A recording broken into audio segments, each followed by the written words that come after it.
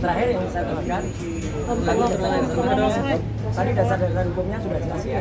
Jadi saya ingin sampaikan fakta-faktanya. Jadi sebenarnya seminggu tepat pada saat sebelum terjadi peristiwa tanggal 19 Juni, terus terang, saya mengatakan terus terang, tanggal 15 Juni, tanggal 15 ya, hari Senin ya, itu saya selalu, mulai minggu itu saya selalu menanyakan kepada rumah, ada surat nggak? Karena apa teman-teman? Kalau ingat ya, selama ini yang disebut P21 itu adalah statement tanggal 2 Juni. Ketika waktu itu para termul itu mengatakan, menanyakan dan juga sudah kemudian ada statement dari Dirkrimum Polda Metro Jaya, Pak Iman Imanuddin waktu itu mengatakan sudah ada komunikasi tapi lesan dan nggak ada tunjukan P21. Maka kami waktu itu pun mempertanyakan mana P21-nya. Walhasil ternyata P21-nya itu sudah ditetapkan tanggal 30 April. Itu sebenarnya pertanyaan lagi. Karena berarti peristiwa yang terjadi kemarin itu pelimpahannya itu sudah P21 tambah lebih dari 14 hari. Jadi sudah 1,5 bulan dari tanggal 30 April. Itu sebenarnya menjadi pertanyaan juga. Nanti mungkin itu ada dalam hal yang lain ya, bukan perkara ini. Yang kedua adalah, jadi selama seminggu itu selalu hari Senin saya cek di rumah, nggak ada. Berarti saya waktu itu berpikir harusnya surat itu maksimal hari Senin itu. Karena hari Senin itu sudah tanggal 15. 12 tambah 14 harusnya 16 kan besok. Tanggal 16-nya tidak mungkin ada surat karena itulah tahun baru Muharram ya. Rabu itulah tanggal 17 itu benar-benar saya yakin kalau ada surat harus hari itu. Maka ketika tanggal 17 hari Rabu itu nggak ada surat, ya sudah, nggak boleh ada pemanggilan atau nggak boleh ada upaya apapun untuk kalau P21-nya dikatakan tanggal 2 Juni. Jadi makanya hari Kamisnya tanggal 18 saya keluar kota gitu dan nggak ada soal. Karena apa? Oh ya, hari Senin tanggal 16 itu saya melakukan wajib lapor. Dan ketika saya wajib lapor, saya sempat di situ ada banyak petugas. Dan saya sempat menanyakan, nih, kapan nih pelimpahan ini? Mereka senyum-senyum, mereka nggak ada yang menjawab. Tapi mereka senyum, artinya kalau sebenarnya ada rencana pada hari Jumat itu akan ada pelimpahan, ya sebaiknya mereka tanyakan, Pak siap-siap aja ya dalam 1-2 hari ini ada pelimpahan. Itu jauh lebih bagus, lebih sopan, dan itu patut dan layak. Andai kata waktu itu akan dilakukan surat. Jadi faktanya sampai dengan Kamis tidak ada surat sama sekali. Sehingga ketika saya ke Bandung itu ya udah saya berangkat dengan tenang, nggak ada surat. Saya baru pulang dari Bandung jam 2 pagi. Peristiwanya seperti yang sudah sering saya ceritakan. Ya, jadi pagi hari tiba-tiba tadi. Nah, ada tadi beberapa pertanyaan yang ketiga. Kenapa CCTV nggak ditampilkan? Saya kemarin sempat melihat beberapa CCTV. Justru akan menimbulkan pertanyaan karena di CCTV itu nggak ada suaranya. Ya, CCTV rumah saya nggak ada suaranya. Jadi lebih baik yang tadi yang ada suaranya jelas itu. Suara istri saya menyatakan tidak sah, ini ilegal. Kemudian terdengar juga, ya, borgol terdengar kalimat itu. Ya, dan terlihat dengan sangat jelas bagaimana suasana kamar tidur ketika keluar pertama kali. Dan memang itu terus ada suaranya. Dan dari rekaman tadi ada 3 potong rekaman, ya 2 potong itu rekaman di rumah saya, 1 potong rekaman di rumah sakit. Itu clear betul. Dilakukan memang oleh orang yang berada di situ dan suaranya masuk. Dan terlihat jelas juga Pak di rumah tidak ada petugas RT ataupun RW. Dan saya sudah punya buktinya juga bahwa sore hari tanggal 19 istri saya udah langsung komunikasi dengan Pak RT ya gitu. Itu sebenarnya mau kita akan jadi bukti juga nanti bahwa tidak ada komunikasi antara RT dengan petugas yang datang ke rumah. Jadi sama sekali itu pelanggaran. Dan jelas tadi yang dikatakan oleh driver saya ya, dia itu memang pertanyaan menjebak tadi dari termohon gitu. Yang ada membuka pintu enggak? Gitu. Dia membuka, dia buka. Terus dengar nggak? Memencet bel terus berkali-kali. Jadi itu memencet bel terus berkali-kali itu membuat terpaksa membuka gerbang ya, terpaksa membuka gerbang. Dan memang gerbang itu memang akhirnya dibuka oleh driver. Dan tadi yang dikatakan sama, driver saya kemudian ikut. Nah itu ikut tanpa diminta, tanpa diizinkan. Itu ngikut sampai ke kamar tidur dan terdengar kan ada berapa orang masuk kamar tidur ya, 5 orang yang masuk ke sana ya. Andai kata driver saya melarang pun pasti juga kalah kuat atau kalah apalah gitu. Dan terlihat tidak ada sama sekali bukti bahwa surat itu dibuka, ditunjukkan, nggak ada ya. Surat itu hanya digini-ginikan aja ya, ditunjukkan aja, dan mapnya pun tertutup, nggak ada map yang dulu. Saya pun tidak melihat itu. Dan terlihat juga kan, teman-teman bisa lihat istri saya berkomunikasi dengan kuasa hukum ya, atau komunikasi dengan untuk bertanya ini gimana.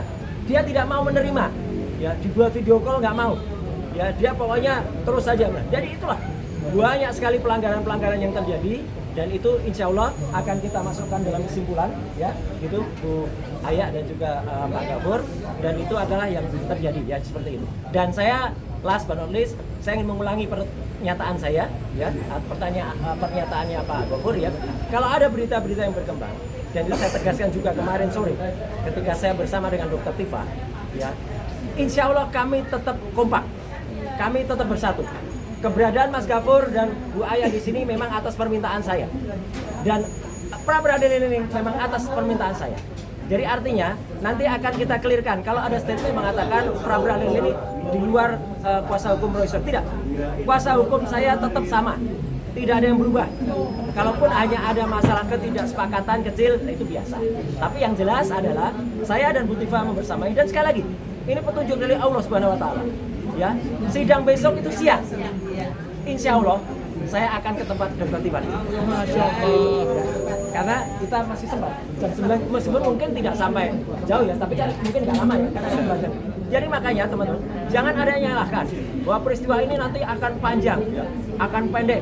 Mau pakai kuah lama, kuah baru itu nggak masalah. Mau panjang, mau pendek, itu tidak ada masalah sama sekali. Semua itu biar berjalan sesuai dengan hukumnya. Jadi sekali lagi, mau panjang, mau pendek ini, mau panjang. Itu biarkan berjalan sesuai dengan rencana.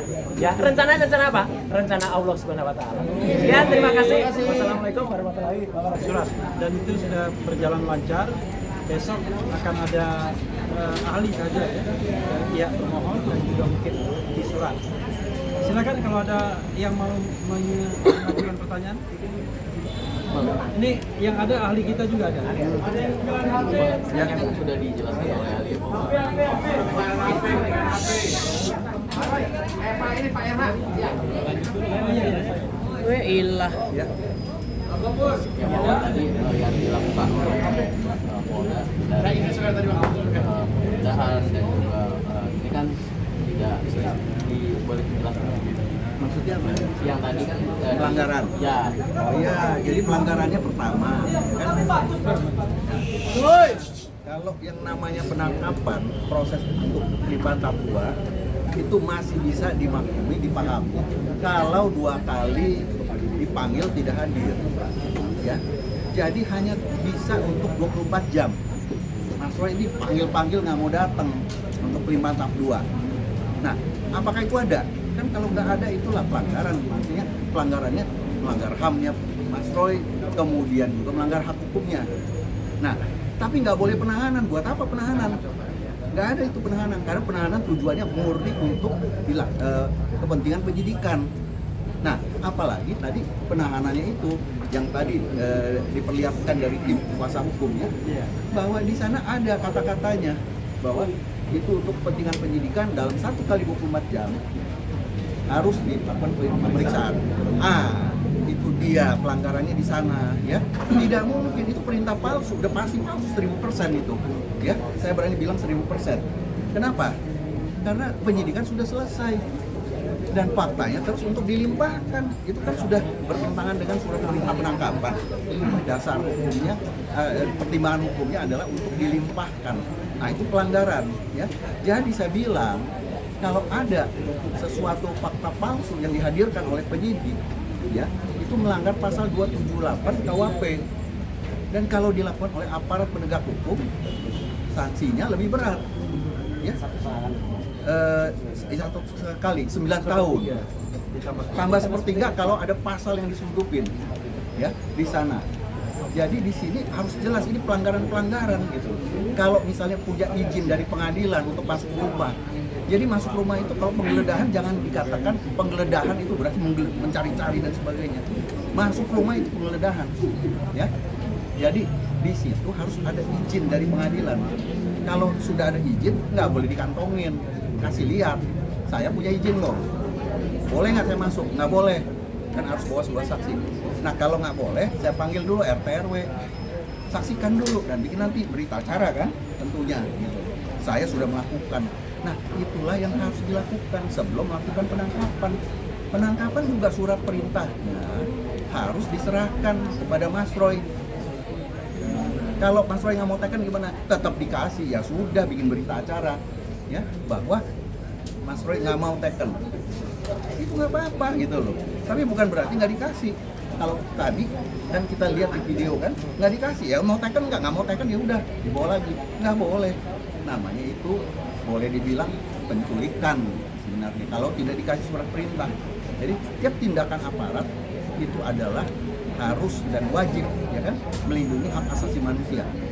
Ya, demikian itu. Tambahan sedikit, jadi secara teoritis kita melihat bahwa penyidik ini memiliki maksud untuk menahan dan memfetakan ini jaksa agar melanjutkan penahanan tersebut.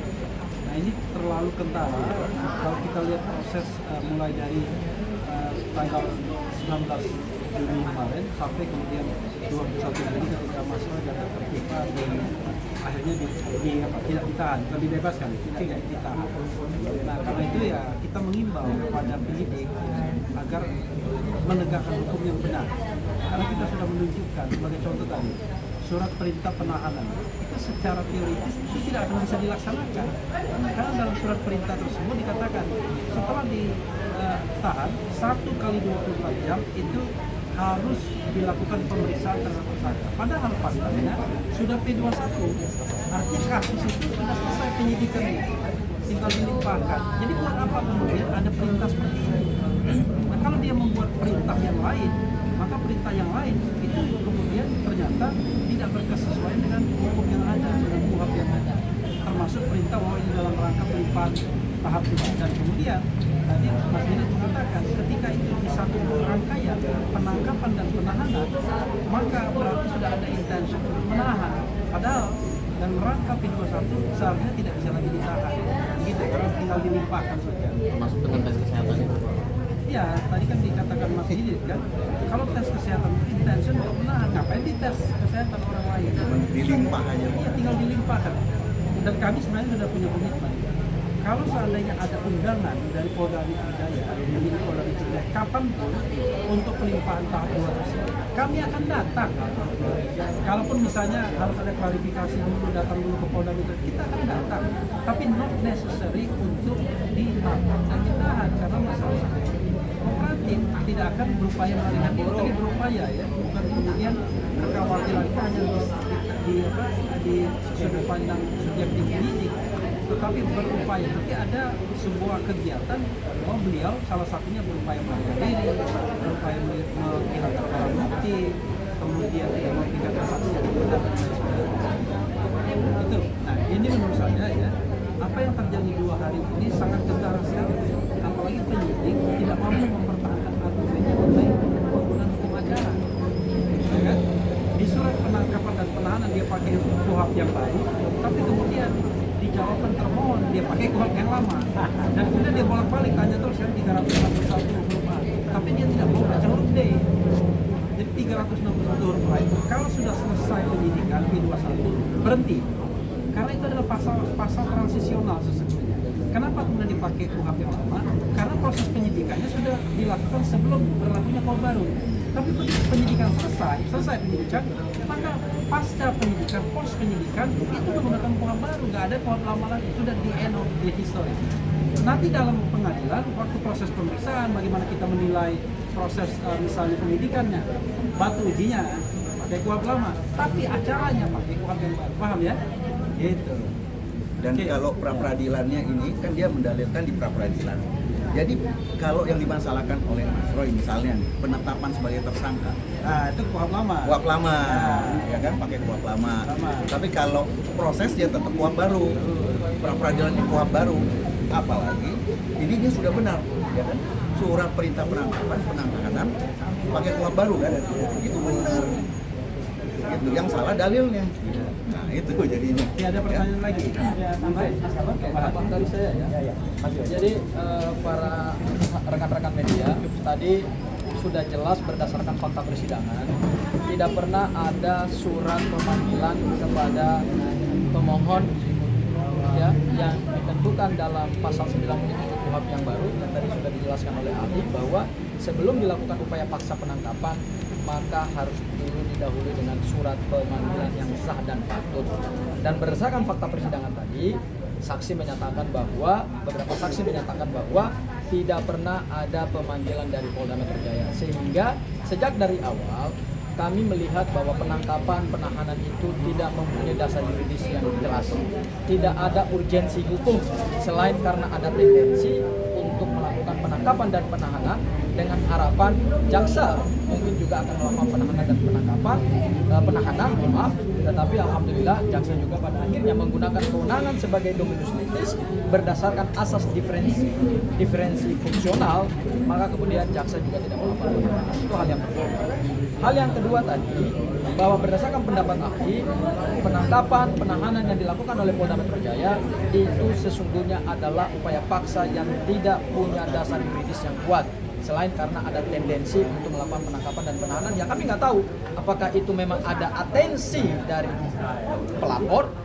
Tetapi yang kita ketahui adalah beberapa hari sebelum penangkapan ini dilakukan, relawan-relawan Pak Joko Widodo sudah mengirimkan surat permohonan kepada Dirkrimum Polda Metro Jaya agar segera dilakukan penangkapan dan penahanan. Kami melihat bahwa di dalam penegakan hukum ini, justru Polda malah lebih berpihak kepada kepentingan pelapor ketimbang mendudukan perkara ini secara adil berdasarkan hukum acara bahwa ada keseimbangan antara kepentingan penyidik dengan kepentingan tersangka. Kami melihat justru penyidik Polda Metro Jaya lebih mengakomodir tekanan-tekanan dari pihak sebelah, ya, jadi tanpa didasari pada dasar hukum yang jelas.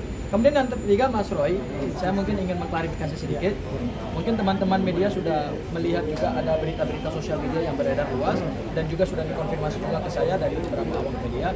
Intinya saya dengan Bang Refli dan teman-teman yang lain sampai hari ini masih berdiri sebagai tim kuasa hukum Mas Roy dan akan terus berjuang sampai kemudian kami mendapatkan keadilan. Mungkin itu saja dari saya, Mas Roy. Silakan. Jadi gini, yang menarik juga tadi ya, soal surat penggeledahan penetapan Ketua Pengadilan Negeri pada tanggal 13 November 2025 yang kemudian digunakan oleh Kepolisian untuk mengatakan bahwa ada surat penetapan. Nah, apakah surat penetapan itu bisa digunakan berkali-kali?